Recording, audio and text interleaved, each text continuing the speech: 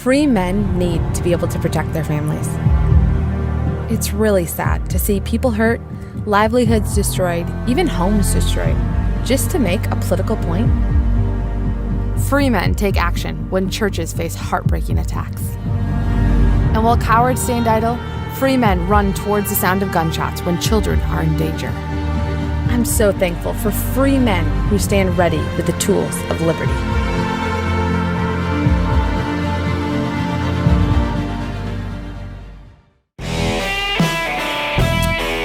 Hey y'all, welcome to Cross Politics on the Fight Laugh Feast Network.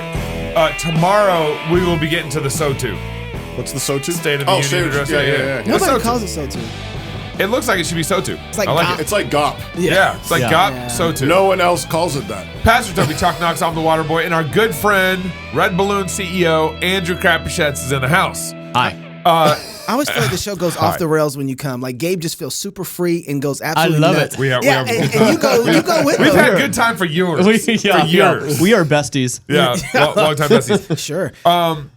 So if you guys haven't noticed, actually go on Fox News. They just did an article on the Yes. Federal suit. on the federal lawsuit. I've had a bunch of interviews already. I'm going on Newsmax tomorrow. Come on, Tucker. I know. Pick it up, Tucker. Tucker has it before him. Yeah. He's thinking about it. He has it before him. He's waiting to see how this show goes. Yeah. He's Red like, Balloon. he's like, yeah. He's like, man, Gabe and Andrew, quite the duo. Yep. I better have him on. Yeah. Dumb and Dumber. Oh man, yeah, but seriously, we mentioned this when the news first broke. Yeah. We made a big deal about it, Yeah. not because we think we're so great or Gabe's the most amazing person in the world. He is amazing, but that's not the reason we're making a big deal about it. We're making a big deal about it because this is God's kindness and His grace to us. That's right. And when God acts to defend His people and to vindicate truth in the First Amendment, God's people should celebrate. We should be grateful for it. Excited. We should be grateful for it, like Chick-fil-A. I had an interview earlier today. Yeah. And I was, it was actually a local ABC or local CBS out of Spokane affiliate, and I was telling him the whole story, and you know he had heard of it in 2020. Right. I'm not quite sure if he worked for the news station then, but anyways, he had me on, and I was telling him the whole story, and then I started talking about Stickergate. Yeah. And I was like, "Have you heard about Stickergate?" And he's like, "No." I was like, "Oh, the story gets dumber." Oh, yeah. And so I started talking about Stickergate. He was like, "Unbelievable." Yeah. Good. And this guy was a news guy, you know. No, it's nuts. It's insane. But I mean, to the extent that you're seeing these stories, like you're seeing Gabe's interviews and the story Fox actually and so forth. started to get out. Like I don't even know if has our local newspaper ran a story. They finally did. But share it. Share it. Share the love because this is God being kind to us, and we want to encourage people: be strong, be brave, be faithful, be courageous where you are. Yep. And we need these people that are crazy to know that they can't keep being crazy. That's right. That's right. Also, not so long ago, the American dream was alive and well. Employees who worked hard were rewarded, and employers looked for people who could do the job, not for people who had the right political views. I think you should read this ad, actually. No, I'm kidding. RedBalloon.work is a job site designed to get us back to what made American businesses successful: free speech, hard work, and having fun. If you're a free speech employer who wants to hire employees who focus on their work and not identity politics, then post a job on RedBalloon.work. If you're an employee who's being censored at work or is being forced to comply with the current zeitgeist, post your resume on RedBalloon.work and look for a new job. RedBalloon.work, the job site where free speech is still alive. RedBalloon.work. There's good people over there. I just noticed that people. Isaac, you need to mail us your updated logo. Yeah, he was feeling it right now. Oh, he's feeling it. He's like, oh, that's not the updated logo. Yeah. My media guy is here, and he has given the wrong logo to Cross Politics. So I'm looking for a new media guy. If you know anyone, go to RedBalloon.work. You'll see a new job posting there. So Andrew, is the American dream alive and well? Depends where you are and who you are. It is nuts right now. Well, I guess first, it's like, what is the American dream? Yeah, so I mean, a lot of people define the American dream as the ability to live your life without tyranny, right? And so I want to go to work. Basic. I want to go home, raise my kids, lots of them. Amen. I want to baptize those kids. Yes, sir. If you have children. My kind of CEO right here. Right? Yeah. That's the American dream, right? You just want to be able to live your life. And conservatives, I mean, that's what we're really good at, is keeping our head down, just live and let live. We're going to do our thing. And unfortunately, that's how we've let a lot of this tyranny come in because we just want to keep our head down. We want to no fuss. We're just going to do our thing. Yeah. And unfortunately, the American dream has been that. And we've been so obsessed with that we've realized we're in a culture war. And whoever realizes it's a death match first is going to win, and we don't know it's a death match. Yeah. Right? And that's the moment we're in right now. Right. Yeah, we serve God. Amen. And so because of that, we want to work hard, but that's not our God. Yeah. We want to serve our family, love our family, raise our family well. That's not our God. That's right. Jesus is our God. Yeah. But for liberals, the state is their God. Right. And so even their funerals. Have legislation in it. Yeah, like right. that is their God. The state is their God, and so that's what they're obsessed with. And so it was like they gave their life to the state. Right. Decades before, conservatives were like, "Hey, wait, what are you guys doing over there?" Right. Now, the good news is I think that there is this blossoming freedom economy that's happening around us right now. A lot of conservatives, COVID was the great accelerator. A lot of people kind of woke up, realized that we're a frog.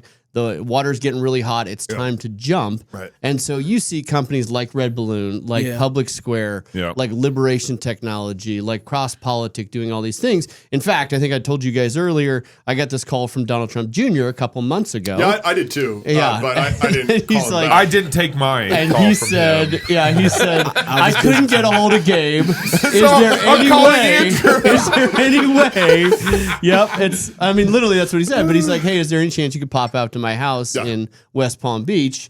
I'd love to talk about RedBalloon. I'm hearing about it all over the place. Yeah. I think primarily on Cross Politic is where he's hearing it. That's where Don Jr. hears and it. And you know Gabe, right? Right. So he was arrested. The guy who got arrested, and my dad retweeted the arrest. He said, So anyway, so I go out there. Great conversation. Here's why Don Jr. is now starting to promote RedBalloon. He says, I want you to think about it like this. He said, the liberal media and the institutions and higher education have been conquered by the left a long time ago. They're totally entrenched. Right? Whereas the corporations is their most recent conquest. Yes. So they are not as entrenched there, and there's still a lot of capitalists there. So it's feasible to try and win them back, right? Sun Tzu, we need feasible and we need strategic. Okay, well, is it strategic? Well, if politics are downstream from culture, then we need to fix culture. Well, what's the fountainhead of good culture? It should be the church and the family. Right. Right? Yep. But close behind that is vocation. Right. What you spend most of your waking hours doing. Right. And if you are allowed to be taking dominion. That's your vocation. Right? That's your vocation. So that's like really close on that list of where culture comes from. Right. And if you are going through a DEI liturgy at work, and I call it a liturgy on purpose because it is designed to tear down the American worker and make them submissive. Right.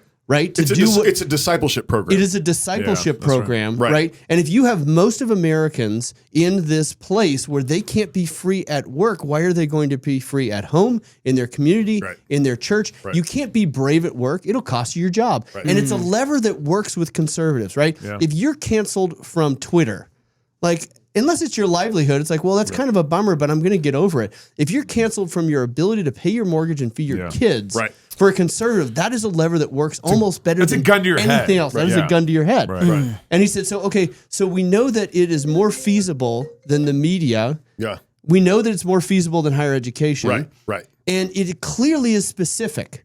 Because we can have people be free. And RedBalloon.org, I get these unsolicited thank you notes from perfect strangers. A lady wrote me in Dallas. She said, I just wanted to let you know you saved my marriage. Wow. Because my husband has been in a job for 10 years and they hated his worldview. And of course he's going to bring that home, right? You can't help that. And she said he found a new job through RedBalloon at a wonderful employer in Dallas. And what happened is our marriage is better. He's plugged in with the kids. We're going to church more regularly because your vocation has such an impact on who you are. Was her name Annie from Idaho? No. Yes. No. I don't know. Took me a second. I got there. I think that was my wife. Did you know Gabe was looking for a new job? No, he's looking for a new job because his current people he works with hate his worldview. It's crushing. Well, we were going to make him sign a contract that said if he got canceled and demonetized from YouTube again, he was going to. We can talk about that too. Anyway, long story boring. That's why Don Jr. He's like, it is strategic. It's feasible. Yeah. If we can redeem the world of work, it has a disproportionate impact on America. That's good. Right? That's really good. If we've done this, so Red Balloon's helped thousands of people find freedom in the workplace. What if it's millions? Right. What does that do for our country? Right. Yeah. And the answer is a lot. Yeah. And so he's like, so I've got about 10 million friends on social media, and I want to start talking to them about Red Balloon. Wow. So I'm like, okay, fine, if you really insist. Okay, you have whatever. So there you go. So Are you done, Don? I got places to go.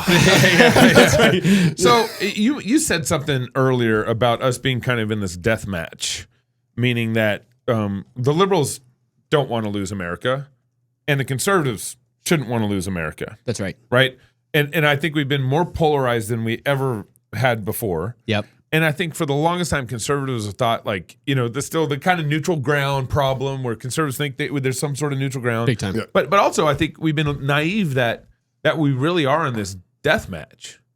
Like, It is a death match. in the 80s and 90s, I think we were trying to negotiate a peaceful.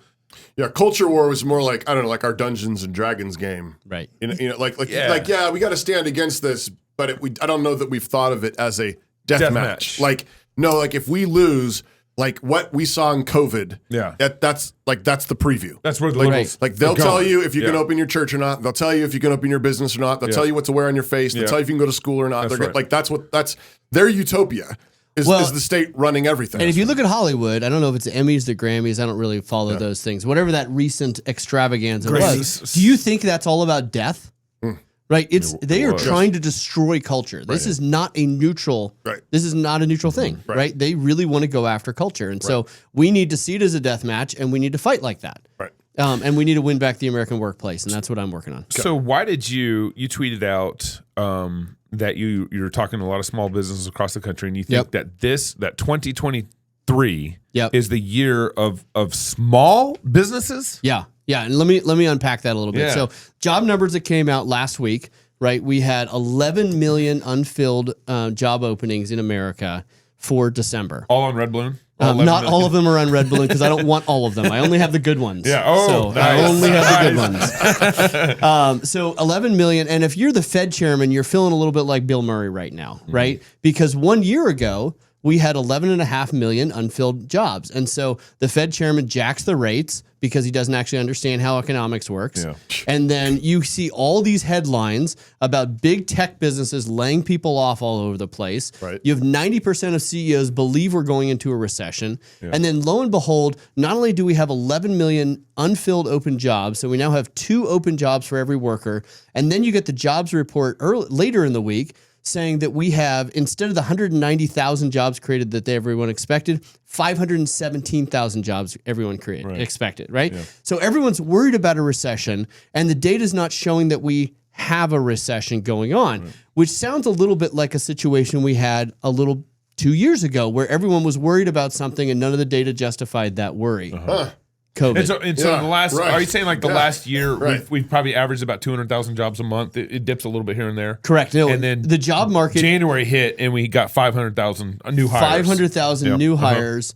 You have states like Utah that have 2.2% unemployment. Right. That's incredible. There is so much demand for workers happening right now. And so what happened when you see all these headlines of all the big companies that are laying off lots and lots of workers, Amazon laying off 17,000 workers. Yeah. Well, a lot of those companies got a lot of COVID money. Right. Yeah. Amazon just was living high on the hog with COVID. Right. And a lot of these big tech companies, and I think they bloated their workforce. They overpaid. I mean, I talked to one employer at my previous employer in the Bay Area who had just offered $1 million to a data scientist as a salary. $1 million for a person because it was a Bay Area top-notch data scientist and they were in a bidding war, so they offered him $1 million salary. Well, that party's now over. They've run out of all their COVID money. People are like, well, how about you actually make the business profitable, like what Elon's trying to do at Twitter, right? So what's going to happen is they're going to get rid of this bloat of workers that they've had, and all these small businesses that have been starved for talent are going to get them. They're going to get them, and they're going to get them at a reasonable price. And so I talked to an IT company on Red Balloon. They have 85 employees today. They want to have 250 by the end of this year. Right. And I'm talking to company after company after company on Smaller RedBalloon. companies. Small companies that are like, we're in boomtown right now because the work is still there. And if we find mission aligned, values aligned employees, we are going to capture that market. Blow it up. Wow. Right? So they're not going to be small businesses for long then. They're not going to be small. But remember, Smaller. small businesses are defined by less than 500 employees. Right. They're still a small business, right? It's only these behemoths that are starting to get rid of some of the chaff. And I wouldn't even say it's some of the chaff. It's actually they just bloated their workforce. They didn't need that many people. And so small businesses that have been starved for talent. I talked to a PR business in Oklahoma, and they're like, man, we cannot hire fast enough. We would take as many people as you can find. And so I'm talking to business after business after business. I'm like, it's the year of the small business. Is it only in tech and marketing stuff, or is it just all the way around everywhere? All over the place. It's people doing parking lot paving and parking lot striping that are RedBalloon customers. You know, Louder with Crowder is a big customer of RedBalloon, and they're obviously hiring a lot of people. He's figuring out He's something been right in now. the news a little bit. He's doing some extra work Y'all wanna because he's doing his own thing a little bit. I don't know if you know about that. Well, let's talk about it. Can we? I just wonder. So you saw the whole blowout with the whole situation, right? Yes. You're watching. You're Did a you see our businessman. show where we talked about it? Yes. No, he didn't. Don't do I that to did. him. I loved it. Why are you trying to make us loved feel it. bad? He watched it with Don Jr. Yeah, John Jr. and I were in his living room. Cross-Baltic He's watch got party. 2 little beautiful dogs. It was unbelievable. And then we, I know you turned on the show just to see your ad read, and then you turned it off. I know it really happened. Sure. But when you saw that, what was your takeaway on it? What was just knee jerk, like you're watching it, you're like, what just happened? Daily Wire, Crowder. So again, Louder with Crowder is a big customer of RedBalloon. We do not only do we have their job postings on RedBalloon, we do their cultural screening. So we actually do the first interview for all the people coming into Louder with Crowder. No way. So if you want to work for Louder with Crowder, you go through the RedBalloon team, and we're going to reject you if you're not going to be a cultural fit. And they're just thrilled with this. That's why Steven never called me back. Okay. That is, yep. And Wait, you did what? You did what? I applied. Yet again, Gabe applying for jobs to get away from you guys. Andrew screened me out of Crowder. He's like, this is not going to be a good cultural fit. Yeah, you even tried the pig Latin version of Gabe Wrench, and it didn't work. Oh my goodness. Okay, so that's part. So anyway, we've had a great, interesting organization, and super creative. Is it a little bit like a frat house there? Sure. And so I think there's a fly by the seat of your pants. They're doing great work. I think that So they got enough Gabes over there. they've got enough Gabes. Didn't need me, obviously. But I think that they are looking for freedom, which I like. I think recording phone calls is just not cool. Yeah. Right. But I think he's got some points. If you're going to call them friends. If you're going to call them friends. What's right. his points? His points? Like he thinks that there's a lot of artists or content producers that simply can't actually talk about stuff. So, for instance, we're going to pick on Fox News a little bit. One of the people applying for that job for a showrunner was coming from Fox News. And he says, the reason I want to leave is because we're not allowed to talk about the Bidens at all on my show. Okay. He's running a high-level show at Fox News. We are not allowed to talk about the Bidens just because we are told from the upper-ups they're not allowed to. So I think here's an example of someone like they're trying to be cool, right? And I we've got so much good content coming out of Daily Wire, but I do think that there's a desire to be cool and shy away from some topics. Well, that culture is there at the Daily Wire. Whenever Candace Owens can't talk to Kanye West, and she's told not to. They wouldn't let her interview Kanye. Like, is she going to agree with him? Granted, Kanye was on a spiral, but he was in a situation with a thing over his head. Netanyahu. Yep. But the cancel culture is. I know. I get it. That was the Alex So anyway, Jones. that's he had the a point net and he had a Yahoo. Yeah. Like chocolate Yahoo, Netanyahu. That was his thing on. But I mean, come on. Okay. But it was a spiral. It was bad. It was a moment. Let's act like we ain't seen Donahue's show before back in the day. Phil Donahue. Okay, like he had cake KKK folks on there with black nationalists. Right. You should be able to have a conversation with people. Right. They're the conservatives. You can't talk to Kanye. And let's be honest, you guys might be censored from YouTube on occasion. No. Right? About every 3 months. About every 3 months or so, right? And so I think that's what... So we don't get censored anymore. Yeah, there you go. So, but I think that's what Steven Crowder was trying to push back against. It's like I want to be able to say the things that need to be said, but he also needs to understand there are businesses and there are contracts. That's what I want to get to. I want to hit on this a little bit and ask you. So I want to get your State of the Union address. I want to talk about that in a second. But I want to ask you, do you think that one has to be pitted against the other, where it's like, okay, no, this is business, and there goes your artistry. Your artistry, when it bumps up against business, don't work. It's got to go away.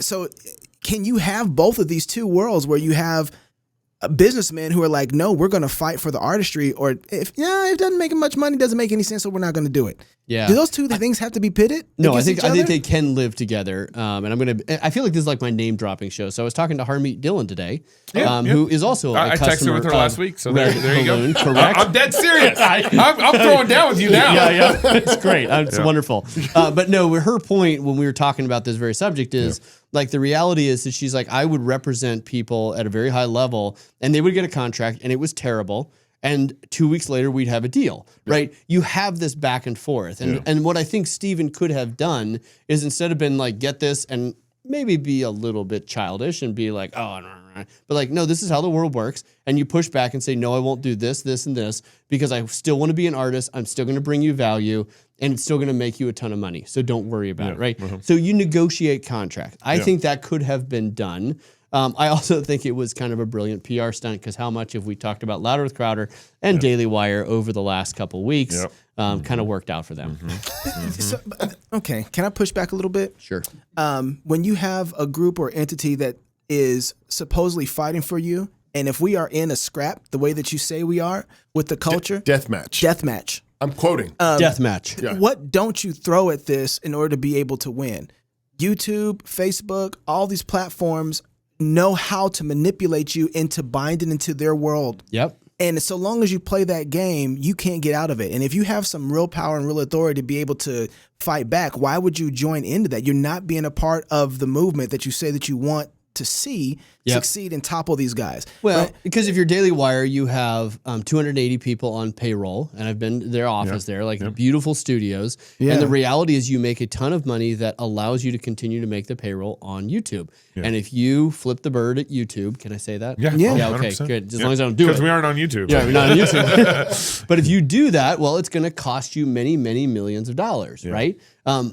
Daily Wire is a supporter of Indeed and ZipRecruiter because they pay them millions of dollars. Yeah. We tried to post a job on Indeed today, and it was for a local employer, and it said a God-fearing, if you want to work for a God-fearing employer, and it was censored because you cannot say God-fearing on Indeed. What? Wow. You cannot say that. They said violates. Satan-fearing. What if you said Allah-fearing? Probably it'd be fine. But God-fearing, that term is not allowed on Indeed, right? Wow. And so that's where, with all due respect, if I'm Caleb or Jeremy Boring, I say, no, I don't want the money from Indeed. I'd rather be a smaller organization who stays with my people, right? And I think that's the moment where we need to realize this is a death match. There's things that you can do that are good for business that still keep you with your people.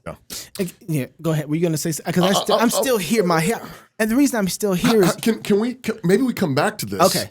In the backstage? Are you going to hang out with us in the backstage? Oh, can you hang out with the backstage? All right. Fine. Because I got one more I want to throw at you.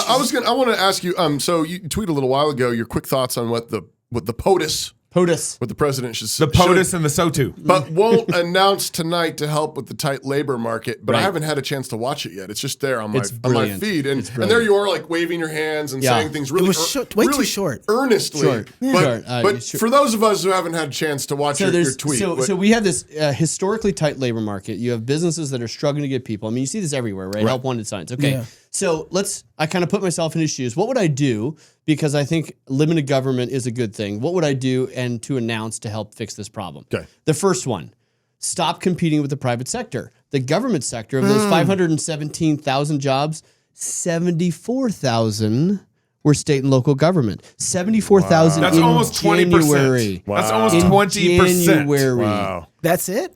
74,000. They created 74,000 jobs in January, and part of that was there were some universities that ended a strike, and therefore, anyway, regardless, it's way too many. Yeah. And so, if I'm the government, if I'm the stop competing with the private sector so means with my money, Yeah. So using my tax dollars to compete for talent that then I can't hire because you're paying them You're on the taking federal it dole from me, right? to have your so job. 74,000. That's So interesting. freeze all government hiring. That would help with the labor market because then we have. We're not competing. Right. That's the first thing. Okay. The second thing is shoot. The first thing. Isaac, what's that talking point?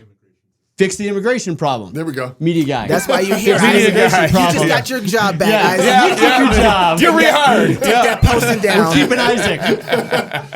That job posting just went away. How would you fix it? We've talked a lot about this on the show. How would you fix the immigration problem? I would make immigration legal, and I would do it in a instead of just letting Isn't it everybody already across legal? the. Well, it is so difficult to get an H-1B person from somewhere in the world, and there's a lot of skills and talent, the right talent. H-1B. That's someone from India or Europe who can then do the job. So if I wanted to hire an engineer, and it is an enormous effort. Is this somebody with a college degree? Often a college degree. Okay, but somebody I would who's- say, look at the construction industry. Okay. Like how much are you paying for a plumber? Yeah. How many people in the country south of us probably have a lot of those skills and could help American economy grow? Skilled labor. Yeah. Correct. Correct. Proverbs like a says worse season? the value, the wealth of a nation is the number of people. You know, the power of a king is the number of people. Right. We need to bring people in legally. We need to have them pay taxes. We need to have them be part of the system. America was built on people coming to our country. Yeah, who want to be citizens and actually jump in and work hard and build with us. And a few slaves. But One of the one of the things that we've toyed with is like, Governor Brad Little declare a health emergency for immigration and then suspend all payroll taxes. Suspending payroll taxes would be really and then allow the businesses to hire these immigrants. Right. Exactly. So because they want to come here, a lot of them want to come here and work, and these businesses are like, well, I can't hire you because it's I could be threatened with legal action. And then it's going to cost me tons of money. So there's 2 open jobs for every person looking for a job right now. We need more people, right? If you look at the number of people between 16 and 64-year-olds, whether they're in the labor market or not, June of 2021 was the first month that we actually had a decline in that demographic. Wow. Of wanting to work. Abortion? No, just people. Just people. wow. Humans. People. Wow. Humans. Yeah. 40 years of abortion and birth, all the things. Yeah, massive birth control. Anyway, overuse. last thing. So that's 2. Yeah, and then 3. And then the last one is we think you need to make it really hard to stay on the sideline. If you don't work, you don't eat. And we're a generation that's never been hungry. Yeah. And we have, as Mike Rowe says, 7 million men who are not working right now. And they need to go hungry. We need to stop all these subsidies and make it hard for people to not work. Talk about an epidemic. So you do those 3 things, and the labor market's in a far better spot. How long does it take for that to kick in? So for people, I mean, if Biden was like, okay, Andrew, I'm going to do it. Well, 3 days if you don't feed them. right? Right? No, so people are running out of their pandemic savings, right? Yeah. There was a lot of pandemic savings. They're running out at this point, and so they're either going to be on government subsidies, how much money or they subsidies.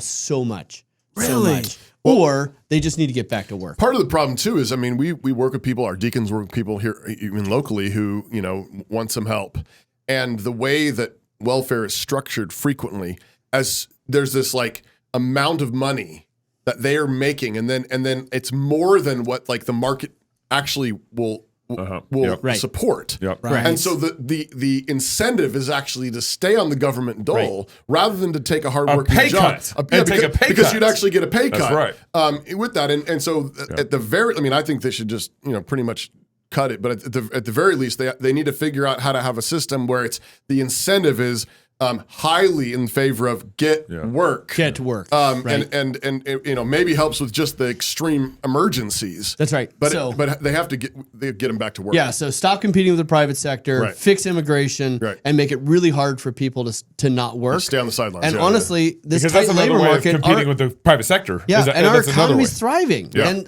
we don't need as much in tax dollars. Right. And, all these things are good things. So you just do those 3 things. Right. Easy peasy. That's pretty basic. You want to stick around for 10 minutes? Okay, for you only. Yes, for me. Not for Gabe. Do you have an ad read before we go? Oh, I sure do. Reformation Heritage Books is a publisher and bookseller whose mission is, by the Spirit's grace, to aim for the conversion of unbelievers and equip the saints to serve Christ and his church through biblical, experiential, and practical ministry via books, tracts, and other resources. Reformation Heritage Books is committed to the conviction that the scriptures of the Old and New Testament, as originally written as God's inerrant word, inspired by his Spirit, and therefore are the only sufficient and infallible authority for faith and practice. So you should visit their website today at heritagebooks.org to place your order. That's heritagebooks.org. They're making Puritans great again. Making Puritans great. We're going to stick around and talk to Andrew. Oh, here's the bio. Andrew Crapuchettes is the founder and chief of RedBalloon. Forget about We'll it. see you guys in the backstage. If you're single, get married. If you're married, have you some kids. And if you have kids, go baptize them. Until tomorrow, love God with all your heart, soul, mind, and strength. Love your neighbor as yourself. Go fight, laugh, and feast. This is Cross Politic. One world order, pandemics, food shortages. What does the church do in times of chaos and destruction? We build. KingdomCome.io is an invite-only collaboration network connecting skilled Christians across every industry and around the world. Join a private network of unashamedly Christian founders and engineers, investors and lawyers, artists and farmers, anyone with the skill to share and faith like a mustard seed, collaborating on side projects and new businesses that conquer the world for Christ. Apply to our waitlist today at KingdomCome.io. That's KingdomCome.io.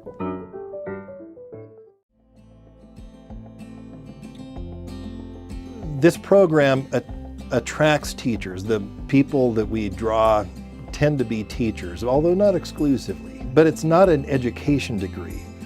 Most of the schools that are around tend to be much more mature in the elementary years than they are in the secondary. A lot of this has to do with the growth of the school, where when they're founded, they have got a longer history of delivering second grade than they have to delivering 11th grade, Another reason for that is I think that most elementary teachers have this instinctive understanding that what they're delivering with their little people now is going to grow up into something that's in the future. So if you're talking about addition and subtraction with elementary kids, you know that there is trigonometry and calculus coming.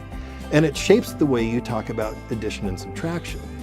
But when we get to the high school level, there are people who are teaching Dante or Herodotus who have learned Dante and Herodotus by delivering it to 10th graders. They don't know what that next level looks like, right? And so what our Classical Christian Studies program does is it gives them the rigorous graduate level exposure that I think is really important at the high school level to understand how this literature looks like at the next level. A lot of teachers in classical Christian schools are not much beyond their own students.